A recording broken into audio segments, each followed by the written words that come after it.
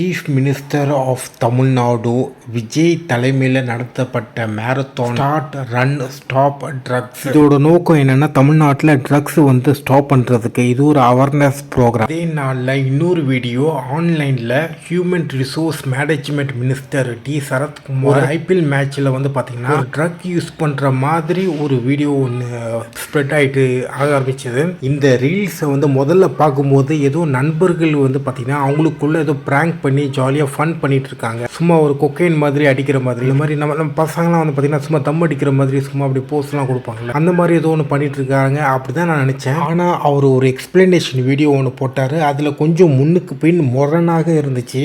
Minister வந்து பார்த்தீங்கன்னா கோல்டுக்கு மாத்திரன்னு சொல்கிறாரு. ஆனால் அதே சமயத்தில் அவருக்கு அட்மினிஸ்டர் பண்ண இந்த மெடிசனை வந்து அட்மினிஸ்டர் பண்ண நபர் ஒரு டாக்டர் இருப்பார்ல, அவர் ஒரு வீடியோ ஒன்று போட்டிருக்காரு. ஆனால் அவரு வந்து வேற ஒரு ரீசன் ஒன்று சொல்கிறாரு. அந்த ஐபிஎல் வீடியோ வந்து எடுத்து 2 வருஷம் ஆயிடுச்சு. இந்த சமயத்தில் வந்து பார்த்தீங்கன்னா அவருடைய குழந்தை வந்து பார்த்தீங்கன்னா ஒரு கை குழந்தையாக இருந்திருக்கும். ஒரு வருஷம் 1 இயர்க்குள்ளே தான் இருக்கும். அந்த 1 இயர்க்குள்ளே வந்து பார்த்தீங்கன்னா மாத்திரெல்லாம் அட்மினிஸ்டர் பண்ணுவாங்களான்றது ரொம்ப டவுட்டு. மோஸ்ட்லி சிறப்பு தான் கொடுப்பாங்க. எல்லாத்துக்குமே சிறப்பு இருக்குது ரெடியாக. அந்த மாத்திரையை வந்து எப்படி ஏடிஎம் கார்டு வச்சு தூளாக்குனாங்க எனக்கு தெரியல. ஏன்னா அது அவ்வளோ சீக்கிரத்தில் தூளாக்க முடியாது. அமெரிக்காவில் இருக்க வேண்டியவன்டா. ஏதோ என் கஷ்டகாலம் இந்த வரப்பட்டிக்காட்டுல வந்து பழனியப்ப சைக்கிள் வீலுக்கு பெண்ட் எடுக்கிறேன். வீலா இது வில்லு மாதிரி இருக்கு. அண்ணே, நீங்க பெரிய ஆளுண்ணே. உனக்கு தெரியுது, நம்ம ஊர் ஜனங்களுக்கு தெரியலையே.